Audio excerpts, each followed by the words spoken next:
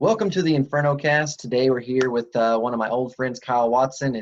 We met probably a decade ago when we were both a little bit younger and probably a little more spry in our step. But it's definitely been a few years. You've had a lot going on. How's everything going today? Everything's going great today. One of I'm sure we'll probably get into that anyway, but one of the positives of being shut indoors and everything is that I'm getting a ton more family time. So me and my little munchkin, we get to have a lot more battles and a lot more family time. So that's the day's going pretty good. We've already been covered in mud and we had a Nerf gun battle already. So it's been good. That's awesome, man. And I think a lot of people are trying to look at it that way of just find the positive in it, especially with the family time. Like even today, me and my wife went on a walk, and I was just thinking the amount of time we spend indoors. Oh yeah. Especially being at the gym because it's nights and weekends and the business stuff, and so just trying to find the silver lining. So, and that doesn't surprise me that you're making the best of it. Um, Thanks. so today I wanted to just kind of talk about some of your beginnings when you got into martial arts. So when was the first time that you got into martial arts, was introduced to it, and kind of how did that go for you? Yeah, I think that I had a similar path, at least from the standpoint of people my age. I definitely watched a lot of Jean-Claude Van Damme and Steven Seagal movies. Absolutely. And I tell people all the time, kind of my start to MMA was, at least from the standpoint of knowing what it was, is that I used to go up to Family Video and I would buy the used VHS copies of like Ultimate Japan, Ultimate Brazil, Yeah. and watch those, never even thinking that I'd be doing that, but just kind of like looking at it and being like, oh, this is cool. I wish I had that opportunity. And I was from such a small town. We didn't even have martial arts at all. Like the closest town, like 20 minutes away, I think had a karate studio and what have you. But so I never really, I got really into like exercising and weightlifting, but just like self-taught, obviously, when I was a teenager and just lifting all the time and trying to stay in good shape. But then I wasn't able to start like martial arts until I got to college. So I started at how old was I? I was 19 or 20, and started in college and ended up finding jujitsu, and the rest is history. Man, that's awesome. Did you start with anything specific in college? Or like, was it a little bit of striking, boxing? Like, 'cause usually they do like a fitness kickboxing class or something like that. I mean, what was that first introduction like? Yeah, so I went around. They had a quad day where it was like all the tables set up for different groups. And it was everything you can imagine. But of course, I just was taking all the literature at all the different martial arts ones. I came across this one called Goshin Jitsu, and I don't even remember, to this day, don't know what Goshin stood for. But I went in there and tried it out, and I was like, I was really into it. It was really cool because the originally the club was pretty traditional, but the guy who took it over really liked MMA, and he also trained in jiu-jitsu with my old coach. So he was trying to take it into the more progressive realm. So it was good because I joined when he took it over. And so we did a little everything. We wore gis, but we would strike, we would do throws, we'd do submissions on the ground, we'd do a little bit of everything. So it was almost like MMA and a gi. Yeah. And then he just noticed that I was really gravitating towards the submissions, and he would use me as his guinea pig and beat the crap out of me. And then he just one day he's like, hey man, if you really like this, and you're really into it, let me take you and introduce you to my jiu-jitsu coach. And then, that's when I first met Jack McVicker, and then, then started just completely immersed myself into jiu-jitsu. I did a lot of JKD too. I did a lot of, we did a lot of stick and knife training, but Oh, definitely the jiu-jitsu is way more my focal point. I feel like a lot of guys about our age and they've been in the industry for a long time, like everybody kind of had to like pass through that JKD phase, like For sure. I mean, you got to go through it, like it's a For rite of sure. passage, it's part Yes, of it. yes, I mean, if you don't know some sobrata drills and some yes, Hawk Sal stuff, it's kind of like, get out of here, man, you gotta. Yeah. exactly. So when you found the BJJ class and you jumped into it as a white belt, I mean, were you serious about it, or was it just fun hobby, something you did on the side? No, I was pretty serious about it. I just I was absorbing it like a sponge. I was trying to train as much as I could, and it was weird because I had one buddy that was, you know, in college at the time, there was a friend that, you know, he was really into it, but most of the other people that like lived in the dorms, they were not into it at all. And they were just very, you know, okay, that's something Kyle does. That's all he talks about, but you know, whatever. So I was super, super into it, and I spent a ton of time doing it, but like most of my peers did not. But what happens is eventually it evolves to where all the people you train with become your friends. You know what I mean? So it's kind of like, not that it replaces the other ones, but you start to have that different kind of bond with the people you train with versus the ones who are just your non-jiu-jitsu friends. You know what I mean? Yeah. Well, just the stuff that connects you together, because my college experience was kind of similar, where all I'm talking about is martial arts and being this, MMA jiu-jitsu nerd, and they're all just like, oh yeah, sounds cool, and Yeah. you didn't connect, but all my They don't martial arts, understand. yeah, they're like, whatever, man, Yeah. and so all my other friends, that were in the martial arts circles, though, we would connect a little bit deeper and have more to talk about, and then we would also have like normal social functions that would connect us, instead of some of the other friends, where it's just kind of social functions, and then you get out of college, and before you know it, like, you don't even know non-martial arts people. It's like, Yeah. oh, you don't train. That's weird. It's funny because yeah, the non jiu-jitsu friends that they like the first time they kind of see it, and they're like, so you willingly get down in between someone's legs and Yeah, let them try to choke you. That just does not. yeah, yeah. I mean, It's when you like, say it that way, it doesn't make sense. yeah, it's just like, so you kind of roll around dudes in your pajamas and get Yes. sweaty and squeeze on each other. It's like, yeah, it's awesome. You should Yeah, come it's awesome. down. It's It's the best really thing ever. cool. Yeah, you should come over, man. I got Yeah. Matt's garage. Yeah, it definitely can take them down the wrong road where we're just strange people. So when did you start spending more time striking? Like, did that go like with you the whole time, or was that something you just did later? Well, so Jack, his JKD program was a little bit different too, like in the sense that he really kind of took to heart that that kind of Bruce Lee, like, absorb what is useful, discard what is not, kind of thing. So we did a little bit of everything, but we did a lot of like striking, and I would even go to as I started to go down the MMA path, which I touch on in a second.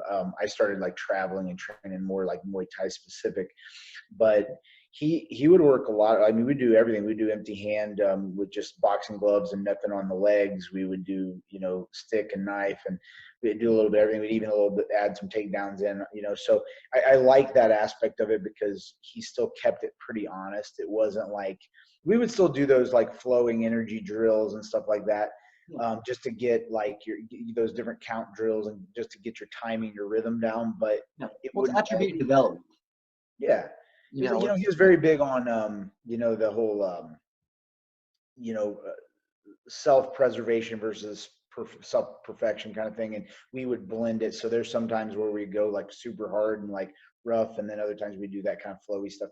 So I felt like I still got a good amount of like striking out of that. But then once I started to go down the path of like MMA, I was one of like only a couple guys in the gym that wanted to do that. So we obviously had to travel because if you're going to do it, you need to spend more time focused on the things that you would actually need in the cage, and the stick and the knife stuff wasn't really there. So it wasn't going to work for me. So I started traveling to Peoria and training with a good striking instructor there named Ryan Blackerby. And then I was going to the Eastern's wrestling room and training, in the wrestling room to do, because most of the guys that were on the wrestling team also fought MMA. So I was getting in my wrestling and striking there too. But so just had to kind of bounce around to get everything. But the jiu-jitsu for sure was like spot on there where I was. so when was that transition when you were thinking, man, I think I want to be an MMA fighter? Like, was it the whole time, or was there kind of a moment or a more specific time? I can't really pinpoint like a time where I sat there and like, what, I'm going to do that. But I think what kind of, when I look at the timeline, so I started in 99, and my first fight was 2003. So there was a gap there, right? And I had already competed in jiu-jitsu at that point several times. And all the while though, I was still like watching, the UFC, and like, and it got to the point where I'm like, I've said this in a lot of like podcasts I've done, that like I never looked at it like, oh man, I want to be this like superstar and do all this. I just felt like the glamour wasn't there yet. You know what I mean? It wasn't. Not It in was those more just like, days. No. yeah, not in those days. So it was more for me. I like literally wanted to see if my jujitsu would work, in a more realistic setting. And it's funny because I just like looked around. I was on the forums, like, like the underground and different things, and like looking for stuff. And I saw an application, or I saw an advertisement for, Dan Severn was putting on a show in Fort Wayne, Indiana called the Danger Zone. And I Yeah. applied, and he got back to me, and that was my first fight. So it was just like, man, I want to see it. It was funny because it was in a smoky bar. Yeah. It was a raised ring right in the middle of the bar. And, I went, and they matched me up with a guy from Toronto who was a boxer.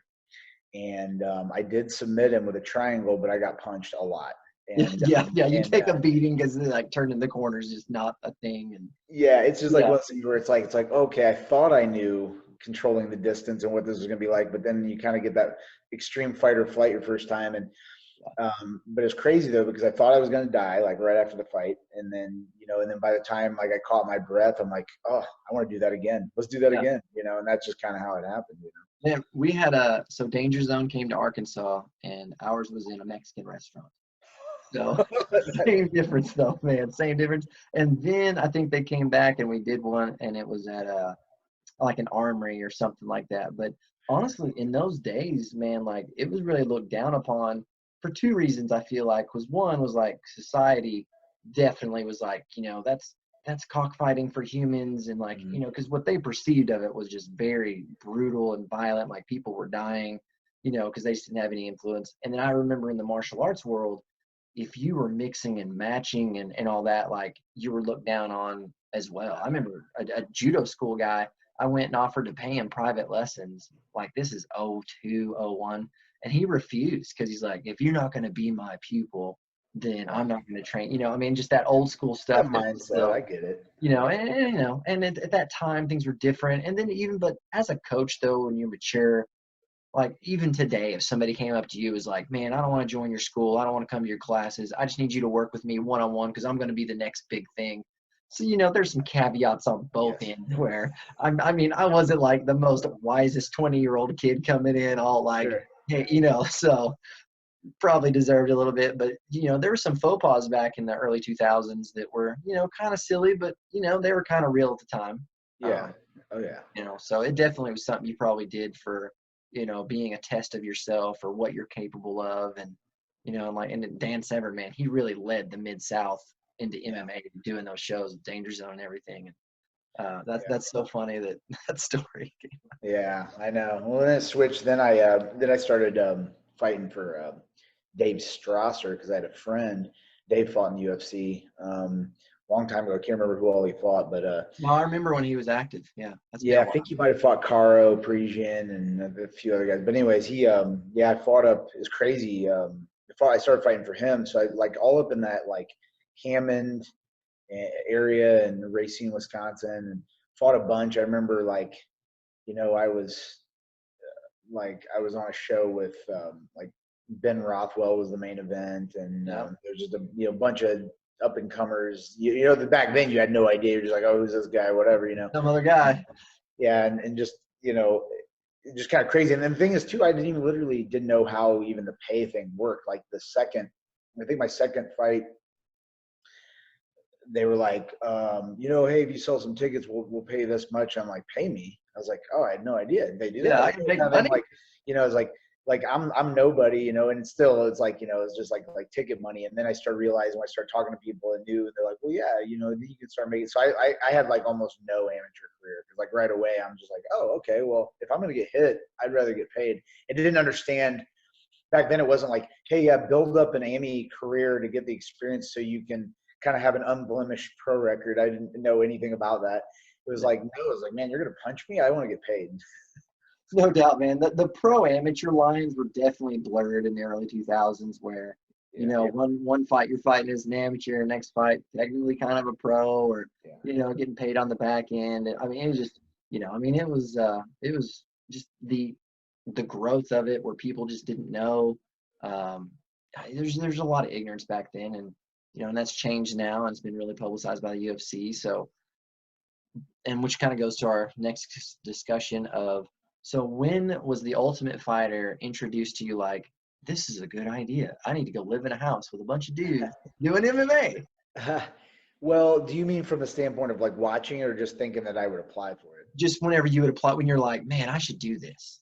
Yeah. So, man, there was this thing where I was like, at that point, once I knew, then once the UFC started like, kind of really blowing up and they had the Ultimate Fighter and I already watched the first few seasons, I was kind of like, oh man, now then the kind of the notoriety starts to kind of be like, well, yeah, that's cool too. It's not just now like, oh, I want to test my jiu-jitsu. Now it's like, oh man, now I want to kind of be a known fighter. Like I want to work hard and like know people think that I'm good at something. You know what I mean?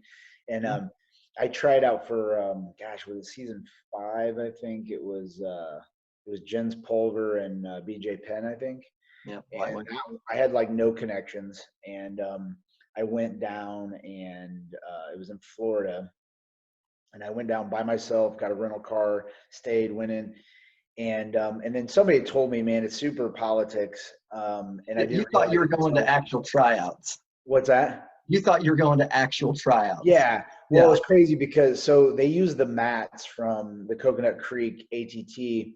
And wouldn't you know it, out of all the people that made it through the tryouts, like almost half of them were like ATT guys. You know what I mean? Yeah. It's like, how And, strange. yeah, and it was crazy too because the cuts, like, so I went and they paired me up with a guy who was like was terrible at jujitsu, and so I was like, great. And we did the grappling first, and they cut you at each. So they do grappling, do cuts, then striking, then cuts, then interview, then cuts, and blah blah. And so I'm thinking, oh man, all I have to do is just beat this guy up, and I'm on to the next stage. And I did beat the guy up pretty good, which is no big deal because I mean I really think he wasn't a jiu-jitsu guy, so it's not that difficult, if they don't have a good jiu-jitsu base, and you do. It's just kind of so. I don't remember exactly how it played out. I think I submitted him like 2 or 3 times and tried to make it fancy, like fancy ones, and then they cut me, and I was just like, what? I was like, I beat him up. I was like, how's that? So I didn't make it. And I was just kind of like, oh, it wasn't meant to be, and obviously now I think it wasn't because I wouldn't have. I'm way happier that I was on GSP's team, and I also just having watched the all the seasons and just take me out of it and pretend I wasn't even on it. I still thought our season turned out to be one of the better ones, um, just because of like the coaching staff. There were some talented guys on the show. There was a good dynamic. So I'm really grateful that I didn't make it on that season, and then kind of understood. And then later, when I did have some connections, and when I was actually coming out of Hughes's gym, that obviously helped a little bit. Yeah. And that's something that, because whenever Tufts first started, it was like, man, got to get in there, got to get in there. And it was almost like fanfare perspective. You didn't look at it from like a coaching staff and a developmental perspective. It was just, if I'm there, I can make it. Yeah. And I agree with you that the season you were on, just with the approach of the coaches and the talent that was there, like there's a lot of people that were trying to get better, like on your season, and I mean, they squeezed the entertainment out of it, Yeah. but I really feel like it was around your season whenever people started seeing it for what it was. As Mhm. far as the participants, it was like, man, I'm not here to be on TV. I'm here because I want to have a career in the UFC. Yeah, well, and I got to give credit to the coaching staff too because that's how they treated it. I'm so glad I was not on Koscheck's team because everybody, like when people started losing, some of the guys that lost, I actually asked if they could start training with us on our team, even because they were already out of the competition, because he said they were running it like really hard wrestling practices, like super brutal, where George and John Danaher were taking the approach that, like, listen, we're not rooting for any one person. We're just going to try our best to make everyone in here a better martial artist. And it's kind of up to you because you can't tailor unless you're playing favorites. You can't. Everybody has different skill sets and a different personality, and you can't. So they had to like give the broadest view to help everybody overall. And they just said, hey, we just want you to be better by the time this is over. We're not rooting for any one person. I think that helped a lot. Yeah, because I mean, you have such a limited window and such a wide variety of skills.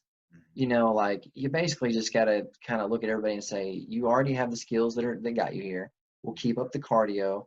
We can build on some tools, connect some ideas, but I mean, you're not going to teach anybody anything, inherently new that's going to pay off. I mean, you can learn some new things, but when you're looking at operating system. Yeah, as far as stuff that you're going to add in like there and use it in a fight, it was hard. Honestly, I thought the thing that gave us the most, they're the best. Like they brought in such great people. Obviously, they brought in like Freddie Roach. They brought in some Olympic wrestlers. They brought in Sean Williams. They brought in all these like amazing guys. But more than anything that they gave was mental approach and like talking about like how to approach fighting. And George is just being like, man, I go to bed every night. My goal is like I have to go to bed a better martial artist than I woke up every single day. Even if it's only 1%, I have to go to bed a better martial artist than I woke up. And that combined with just the way, Danaher had some great approaches to training where it was like, even though it was general, I mean, we definitely covered specific topics. I mean, we would like in grappling session on one day, we would cover guillotines. Another day we cover this, but his approach to how we trained was like super amazing. And Sean Williams was incredible too. He was there the whole time. I felt like bad that he didn't get as much credit because I think they only showed him on camera like once or twice and he never even got to talk, but he was there like every day with us, training in like every session. So but just approach and how to be strategic and like tactical with how to fight, that's what we really got out of it. Yeah, and I really feel like, especially with people that have a skill set, like that's a lot of times what really you can do for them more than anything is just piecing together what they already have. If you can synergize the system, which a lot of times you can do with that, with principle theory and, directional learning of like, this is kind of how it works. And just the confidence that comes from that. I mean, because man, there's a degree of confidence whenever GSP is telling you to do something and tells you you did a good job. And when his coach staff encourages you. Absolutely. Yeah. And he was our training partner the whole time with it. In the beginning of the show, he told us, he goes, hey, I'm bringing in my coaches to be your coaches. I'll still help you, but I want to be your training partner. So 4 hours a day, 2 hours in the morning, 2 hours in the evening, he trained with us every time, sparred, grappled, did everything with us. And so he led from the front, you know what I mean? And was just a great role model and example. And it's awesome going into a fight knowing that, man, I just worked out for a week straight with GSP and a bunch of other studs, but then the hard part is, you don't have your normal support network at all. You don't get to talk to your family and friends, working with different coaches that you're not used to. And then you're actually training with the guys that you're going to fight. So it's like, you got to kind of not show your hand, but show your hand at the same time. So that made it difficult. What's funny is everything's fresh in my head because while we're having this downtime, I've been trying to share as much content with my private Facebook group, and a bunch of guys were asking about my season ultimate fighter. So I posted like the first couple episodes. Well, I knew what would happen. They're like, post the next episode. So everybody kind of got hooked like a soap opera. So I ended up, sharing all the, the whole season, the prelim fights, the bloopers reels, the finale, everything. And everybody was just like, it's cool. So they got the whole crew got kind of invested. So it's kind of fresh in my head right now. That's awesome that everybody came together. The one thing from that season that is like my favorite is GSP striking coach, man. The Muay Thai guy, like Skarbowski. Yeah, man, it's crazy. They've been playing that clip a ton lately about him bringing him in. I've been seeing it on Facebook a lot, and people have keep tagging me, and they're always like, "Was he really drunk? And was he really that brutal?" And I mean, honestly, yeah, he showed up. He had a margarita in a giant, like almost like a giant gas station cup, and Koscheck like started making fun of him, came up like, "Who's this guy?" Because he walks in without a shirt on, without shoes on, and he's like, "What are you drinking there?" He's like, "A margarita." And he goes, "Yeah, right. Let me have it." And he grabbed it, took a drink. He goes, "Well, it is." and then he comes in there and then without pads just beats the shit out of us. It was terrible. It was terrible. It cracks me up because like a lot of my striking influences from the early years were kind of similar to this guy, where it was just like that old school tough, like, sure, man, I'm here just to, crush bones and been doing it for a long time. So I honestly kind of felt like, oh man, this is kind of normal, because I'd had some Thai coaches in my life that were just definitely out there. Sure. But yeah, that definitely is my favorite part because you look at all these young athletes that, have it figured out and they're trying to be on the cutting edge, and you take somebody that is just very good at their craft. Yeah. And man, it's just not even work, Yeah. It was pretty wild. I think the thing that made me the most mad, like they didn't show my clip of when I kind of freaked out because I grabbed my headgear because I think I was up to fight next, or I was fighting very soon. and I threw my headgear like out of the cage and across the room because he was just hitting us so hard without pads on. I'm like, dude, if he hurts us, he ruins our whole chances. And I mean, I so bad had to like fight back. I was like, I was so close. I was going to double leg him and just choke him out. I was like, man, I didn't sign up for this. Well, later on when we were all kind of complaining about it, and George said that he just got the impression that like it was kind of like the Contender, and we were all like punks that thought we knew it all, and he was supposed to come there to teach us a lesson versus like him like actually just showing us something. So during that sparring, he had 16-ounce gloves on, but he didn't have any knee pads or shin guards, and he was just full on like just kneeing us in the ribs and just it was brutal. Yeah, man, and especially chance for injury.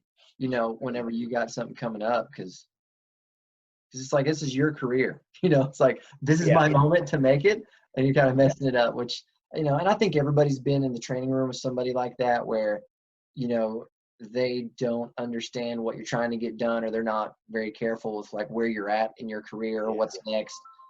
Everybody's had to kind of like swallow it up sometimes because you don't know, like, should I be that guy, or do I need to just kind of go along and, be the tough, oh man, I can suck it up, because one cut and you're done. Oh, for sure. For sure. Yeah.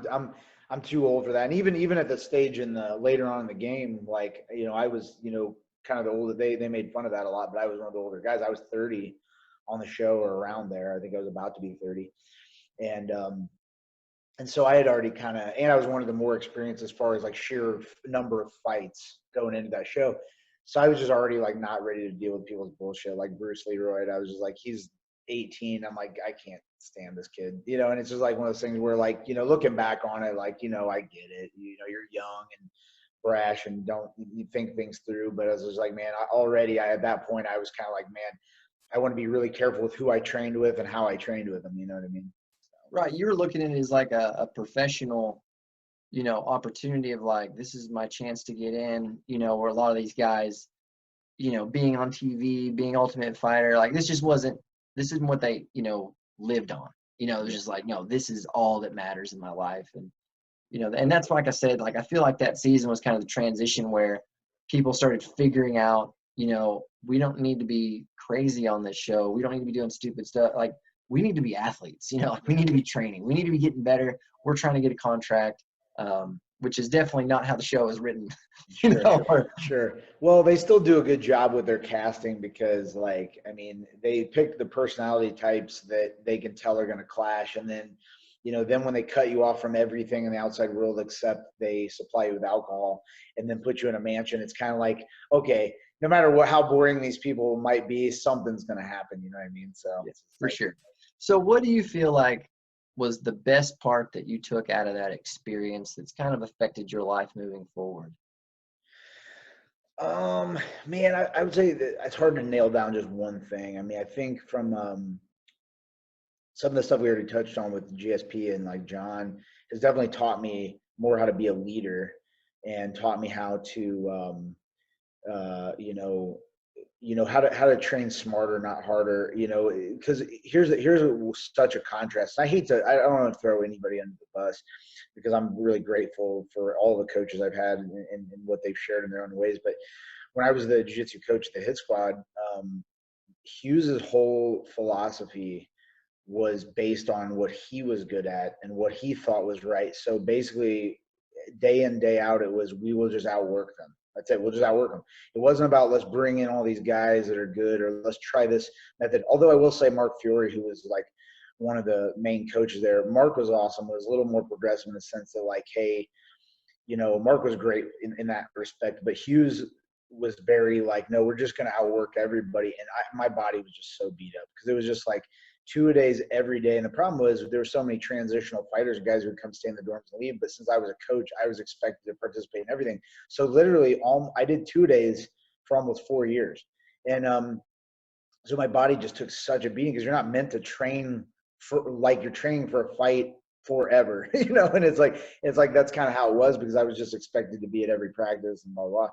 So anyway, I'm kind of getting off the point, but mainly what I'm getting after is that it was such a contrast of styles going from like, we're just going to outwork you and be tougher than you to like, okay, we're going to be super smart and strategic and train smarter. That was just, I took that away, and I came back. I'm like, man, I can use that as a coach.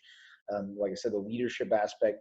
And then I think too, when I first went to the show, I didn't by any means think it would be easy from the standpoint that I would walk through anyone fight wise, but I thought it would be not that bad from the standpoint of living in the house and just getting through it. I went there like mentally tough, and I'm like, man, 6 weeks, I'm going to blow right through this. Not necessarily the fights. I just mean everything else. I'm going to blow right through this. I have a job to do. I'm going to go there. And man, it was way harder. And even people, I talked to several guys before I went to the show that were on the show, and they go, man, it's harder than you think. It's like, it's way different than you think. And by like week 3.5, 4, everybody was just struggling. Like, man, I want to go home so bad. And just like, we're just struggling. So that was one of those times in my life where I like really felt like I learned a lot about perseverance and like mental fortitude and what have you. And I definitely took that. Those couple of things were the biggest things I think I took with me. Yeah, no, that makes sense, because I mean, it's a difficult circumstance, and there's just a lot of factors that you just have no way to measure till you get in there. It's kind of like taking your first MMA fight. Like, as much as you prep, you just don't know what's going to happen until you get in there. So, so when you came out of the Ultimate Fighter show, what do you feel like was kind of your new goals, your next progression, when it turned into running a school?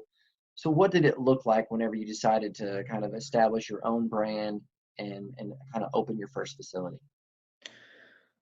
Well, I had already had like some managerial experience with a couple different jobs, and the odd thing is, like, one of my jobs I had was like almost an exact parallel. Like, it was all based on customer service and selling educational programs. I worked for Kaplan, and I sold test prep, but then I managed the facility, and I had to make sure that all the teachers were doing their job. I had to make sure that all the students were happy with what they received. And so it was, almost everything was like customer service based and just perfectly meshed. And then, already knowing, quite a bit of martial arts, and then kind of taking what I got from the season, I really wanted to brand myself as someone who really put the students ahead of money, and really was focused on, like, because someone told me, I feel bad that I don't even remember who told me this, because it's one of the most important things I ever learned, is they just said, like, always some of the effect of, if you always treat everybody who walks in the door as like, how can you help this individual and be like the best coach you can be for them, then the money will always come. So, like, don't worry about the money, worry about like the members, and then the money will always be there. And I was like, man, that was like, now when I look back at that quote or whatever they said, like, it's absolute truth. It's like, if you don't, and you see the people who focus on money a lot of times struggle because they're so focused on money, And so I was like, when I stepped away and started my own thing, I said, the cool thing is now I'll have full quality control, because at Hughes' gym, I was just hired to be a jiu-jitsu coach, and I ran a successful program, but that's the only control I had. Now I could make sure that every decision was made with the student's interest in mind, and so that's kind of how I kind of set myself apart, and then I just kept working and just kept growing, and then eventually went through my first gym, my second gym, and now my third one, which I own, and it's a pretty cool facility, and outside of the virus, when before everything hit, I mean, we're just rocking and rolling, and I actually added 5 more classes to the schedule just a couple weeks before the virus hit. I added 2 more no-gi, 2 more advanced, and a Muay Thai class, just because the classes were getting packed and I needed to thin them out a little bit. So it's one of those things where, I know it works. I have the recipe now, but I did definitely bring a lot of things from a lot of different people that I've been blessed to work with along the way. I've been able to, like, kind of make a kind of an amalgamation of all those things, and kind of, use it to help students, Yeah, I mean, because that's really what, the business is about, is pouring into others.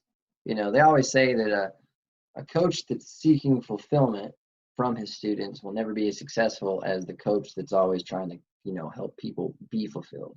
Yes. Because it's got to be just, you pour into others regardless. Now, granted, you can pour into others that where it doesn't synergize, they don't support back, and it's a very dysfunctional relationship. But as a coach, I think you get better at pouring into those that will go and multiply, and they will pour into other people and they'll support, and which I think almost allows you the ability to really help those people that are seriously struggling and having real issues in life. Because like you said, when you're not focused on the financial piece and like, well, I gotta meet the rent, or like, we just have to make this number. When you got a little bit of, success going, you kind of get a little bit more philanthropic, Oh yeah, um, absolutely. and Absolutely. I think one of the biggest things that I'm almost excited about is that I feel like we create this kind of like ripple effect, this kind of vibe that like extends way beyond the walls, and it's really cool of the gym. It's so cool because like we try to give back quite a bit as a gym. We try to like, I tell people all the time, you know how it is, like how many hats you have to wear in the gym. Like you're a therapist, you're a babysitter, you're a, you're a janitor, you're all these things. And it is a lot of work, and you do take on a lot of roles that you didn't initially anticipate. But man, you see how much it changes people, and they literally like, man, I remember this one kind of stands out to me. It was because it just happened a couple months ago. And I had this young kid. He looks like a little like jujitsu's helping him a lot with his confidence, because when he first came in, he seemed pretty meek. And I was giving him a stripe, and I was like, man, I told you the other day, man, you're looking pretty skinny. I was like, you lost a decent amount of weight, right? And I was thinking he was going to say like 20 pounds. And he's like, I lost 52 pounds. And I'm like, oh my God.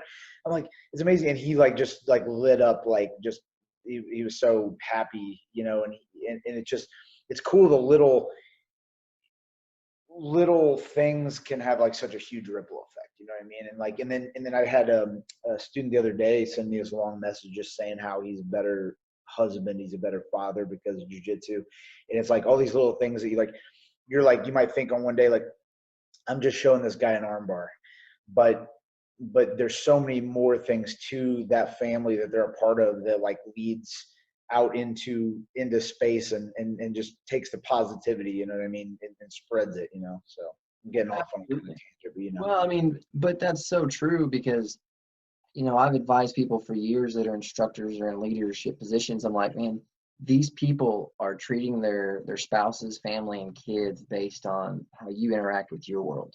It seems silly. Why would I treat people based on what's happening at a martial arts school or a coach? But it's just, these people give us a position of authority for you to influence and inspire them in certain ways, and it bleeds over. And I think that's where like the burden of leadership kicks in, to where we're never going to be perfect. We're never going to have all the answers, but we can be trying to walk the path that inspires the most, and uplifts the people around us, and tries to, improve as an individual, which they learn just as much from our flaws and mistakes as they do from our success. yeah, And absolutely. And I think it helps us grow too, because like, that old saying that say something to the effect of like, never meet your heroes, because you'll be disappointed. And I think about that a lot too, that like, I would never want my students to be in a position where they would know something about me that would disappoint them. So I just never let that happen. So it's kind of like, it makes, well, or try your best, I mean, there's always gonna be something you're going to fail at, but I'm just saying, like, you kind of keep that in the back of your mind, that like, that can help influence whether you're making a dumb decision or not. It's like, well, I wouldn't want anybody to think that of me, so why would I do that, kind of thing. So it kind of keeps you honest, to a degree. absolutely. I mean, just look at how much harder you work for your students and your school, now versus, I mean, because man, 15, 20 years ago, and just a kid trying to be a cage fighter, like if you were running a little gym, it's about you, like it's a very self-absorbed perspective, very egocentric, to where now, like, you're not just worried about your school with what's going on right now. You're worried about your students. You're Yeah, trying to find ways to encourage them, empower them, because how much the physical training was helping them, and the camaraderie. And, so you're looking at the world from a different perspective, because you're trying to increase your influence in a positive way, which, for I sure. mean, it is root. That's what it's all about. Especially when Absolutely. you go back to some of those traditional perspectives of old school martial arts, back to some of the old ancient beginnings of it, of kind of what you were there to do, is you're a protector, and kind of a guide for the group at times. Yeah, So makes that's sense. awesome that it's coming full circle for you, because I see that out of a lot of your influence, because JW's a friend, and your network kind of bleeds off into mine, and just getting to see over the years. I mean, just like when I shot you that message the other day, man, like the gap between those messages, I was like, Yeah. oh man, it has been a minute. Yeah. But it's Uh, cool though. But that's one of the amazing things about jiu-jitsu too is like that kind of bond is like always there with like you can literally not talk to someone for years and years and years, and it's like, well, we always have something in common. There's always something to talk about, you know. So. yeah, you just pick up where you left off. So, last question. If you were going to try to give somebody some perspective and some advice on like, man, I don't know if I want to be an ultimate fighter. I don't know if I want to be a world champion. I just want to be better. Where would you say the process starts through, that finding your confidence, self-improvement? Like, how do you find kind of your voice of who you are? Because, walking through everything you have done in the past, you've found an extremely strong sense of self. So if you Yeah. were going to kind of give somebody some perspective on that, what would you tell them? I think that's like very multifaceted. I mean, I think number one, like, even though like say MMA is like an individual sport, like it takes a team. And I think it's very, very important that you have like a strong support network or a certain type of support network, because like some people, like it's almost hard for them because they may already have a family, they may be married, have kids. So like MMA aspirations might end up being more of a burden and make them have to sacrifice so many things family wise. So sometimes why I kind of revise that statement a little bit is just that like some people I find that don't really have established families have a little bit easier time devoting themselves. And I'm not saying don't have a family. I'm just saying that like, one time I got a phone call, the guy said, "Hey, I want to be in the UFC, but I have limited time. I have 4 young kids." And I just told him straight up, I'm like, "Dude, not going to happen, man. I'm going to do you the best favor I can do right now and tell you to be a good father and just go raise those kids." You know what I mean? So, but back to the support network thing, if you have like, family that's all on board, and then you put yourself in an academy or maybe multiple academies if you cross train where you have supportive people, like you have training partners that are there to lift you up and not try to be better than you all the time, and have a coach that cares about your interests. Your coach, like if you said to your coach, like, "These are the goals I want to accomplish. If you can help me, tell me the right way to go, like if you can guide me on the path and tell me this is realistic, this is not, and help me along the way." And they take you serious and they're there to help you, and they're not like, "Oh, you'll never be able to succeed." So I think coaches and family is huge from a support network standpoint, and then from the standpoint of like your own person. I think I just sat down, and it took me like a day and a half, but I wrote out this, and I'm happy to even share it. You may find it useful, maybe not, but I sat down and wrote out every day. I'm trying to find something different to give my students, like whether it's online content, whatever it is. But I wrote out a thing. I said, it doesn't need to be New Year's to do New Year's resolutions. Right now is a great time, since we're stuck inside, to make the rest of your year's goals. So I wrote out this really lengthy thing about goal setting and accomplishing, and and it was kind of like, where do you start? Here's where you start. And then how do you proceed, and blah, blah, blah. And I wrote out this really lengthy, I don't know, it was a couple page like article to write up, talking about like how you can get motivation from anyone, but it's still ultimately up to you to actually make the move and take the action. You know what I mean? So I talked about sitting down and looking at the most important aspects of your life. It could be, you could start with just the jiu-jitsu and say, what am I going to do with jiu-jitsu the rest of the year? But it also could be finances. It could be family. It could be whatever. And then pick a few of those things, and then pick, some challenging yet doable goals, like challenging where you have to work hard, but not so challenging that you'll give up when you fail.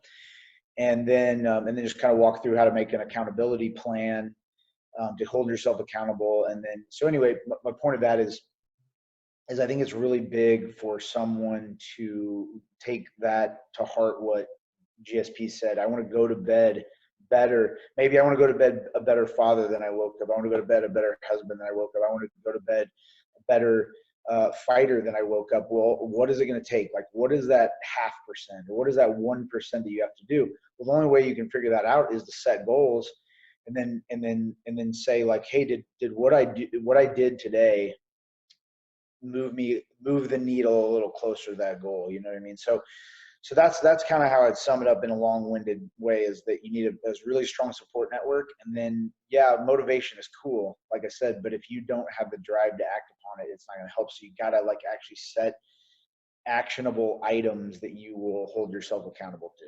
So. Well, man, I think that's really solid, because if you find a good support network, and you get a mentor, some leadership in your life that can kind of guide you.